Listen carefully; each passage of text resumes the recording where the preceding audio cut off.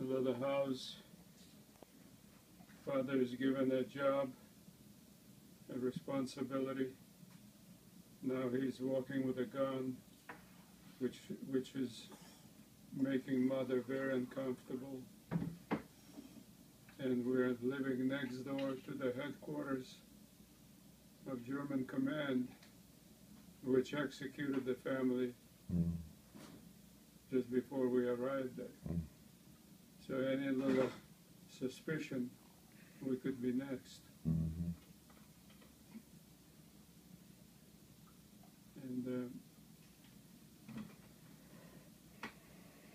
the horses that my father used to escape from the village. Some lady came to Petrikov and he let her take the horses back to the village. But it probably would have been better not to do that. When the lady brought the horses, it revived the hostility, local hostility. And Semyon Zakharovich and his gang were very brutal, and they beat my grandfather, plucked his beard, and just tortured him for not letting them know what my father's intent was. Wow. Right? Wow. And they took my other grandfather, my mother's father, and brought him to the center of the village in one of the homes, one of the brothers of the leader. And they were beating him to the point they knocked him down to the ground. And Oh my. they were kicking his ribs, and he thought he was going to die. Oh my. And of course, all of that was, they were saying that he sent his daughter to the fascists. So they were doing that. When did you hear about that as a family? A little bit later. So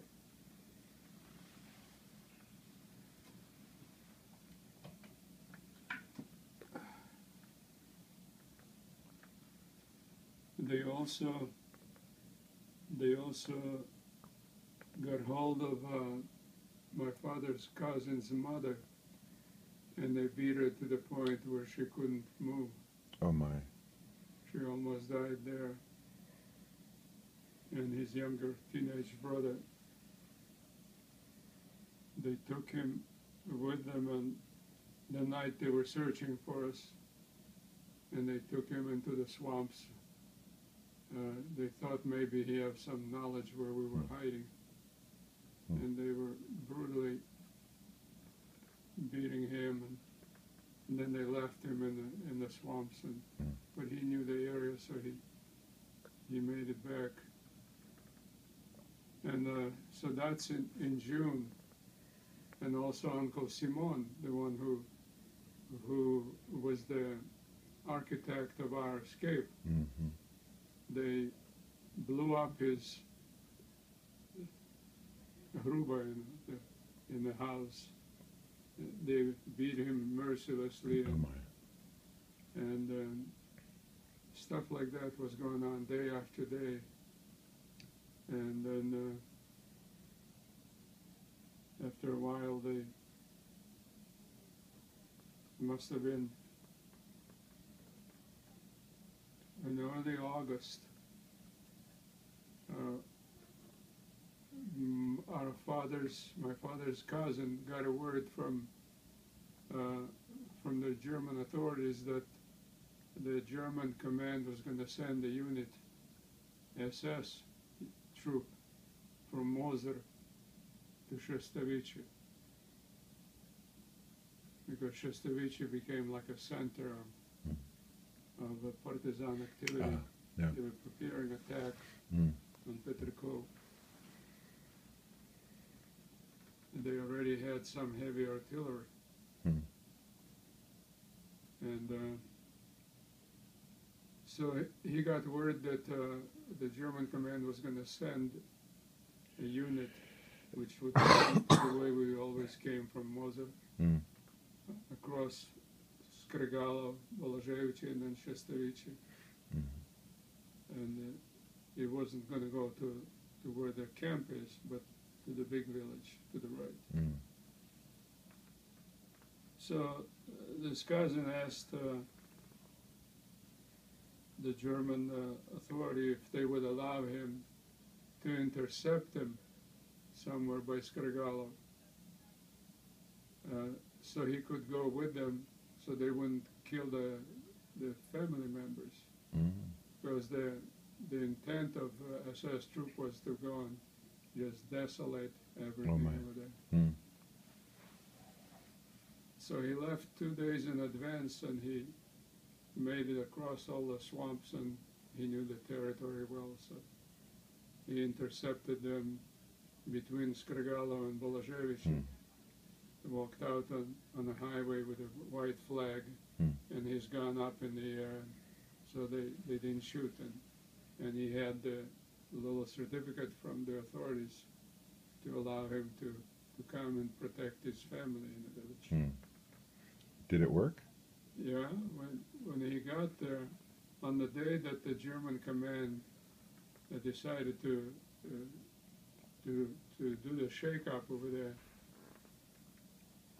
partisans sent in maybe 10 or 12 of their soldiers from the headquarters to round up all our relatives and take them to the headquarters.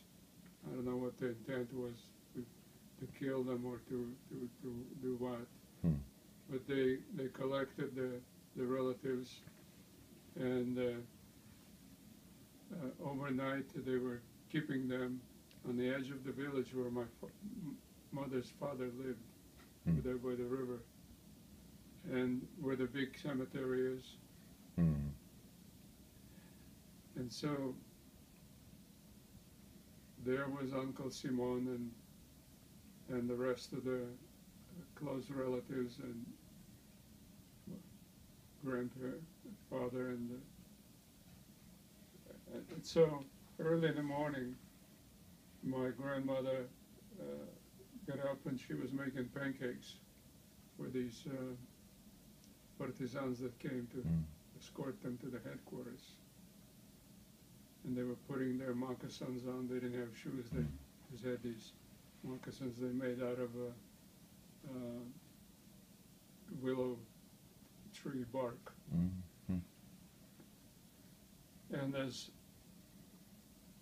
they were getting ready, Semyon Zakharovich, for some reason, the leader of the communist local, was in the center of the village, and he could hear a mile away. He could hear the German unit coming through Mm. with the vehicles, Mm. and so he got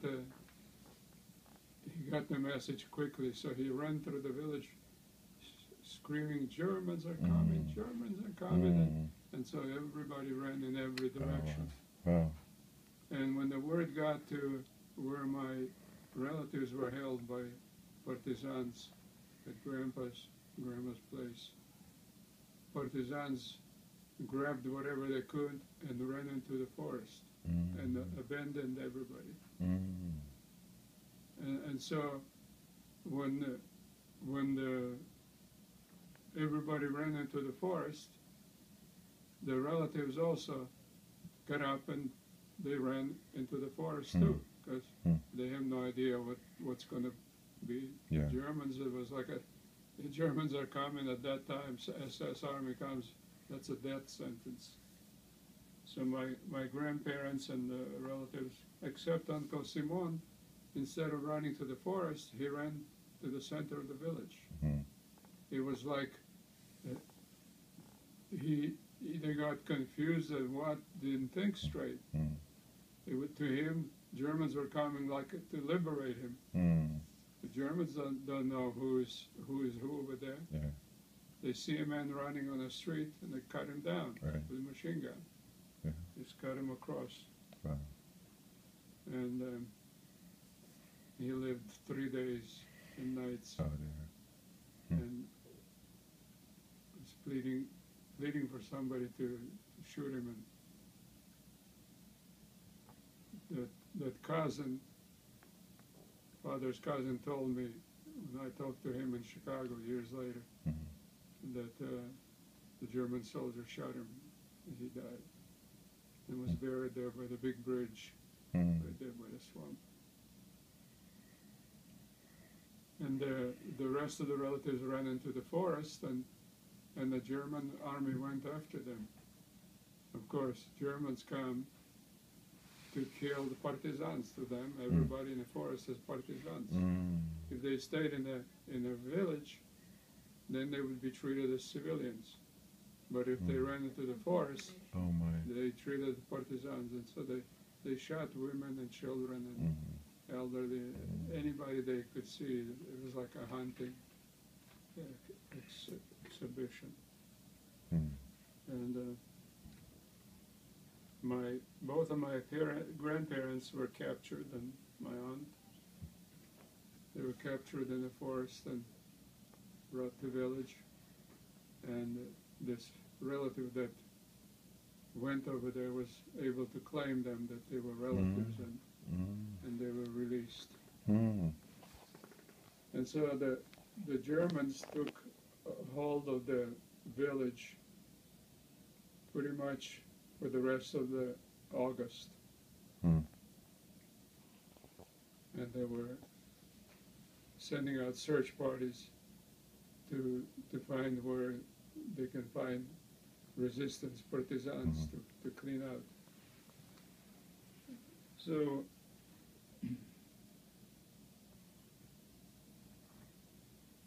sometime at the end of the harvest, it was a barley harvest season. A bunch of people were captured in the village and brought to Petrikov. And the Germans had a system. If you lived in a city under their command and you had a reputation of not being collaborator with the communists, Mm. they allowed certain trust. If you came and you saw a prisoner from some village and you said, "This is my relative or friend," they would release that person, providing they stay in the city. They don't cross over back to the communist side. Mhm. So there was this couple that lived not far from where our camp is now, on Hutar there. Mm. They had 2 teenage boys, Mm. and their older son was drafted into were already drafted by partisans. He was in partisan unit somewhere. And this couple, when father saw them in Petrikov, I don't know if you remember how when you come from the river to Petrikov, you have to kind of rise, and on the right there's a church, white church. Well, in wartime, there was another church on the left. Now it's not there. Communists destroyed it later. And so they would bring prisoners and keep them in this church temporarily, and then they shipped them to Germany, to the labor camps, like eventually they shipped us. 1 minute. Should I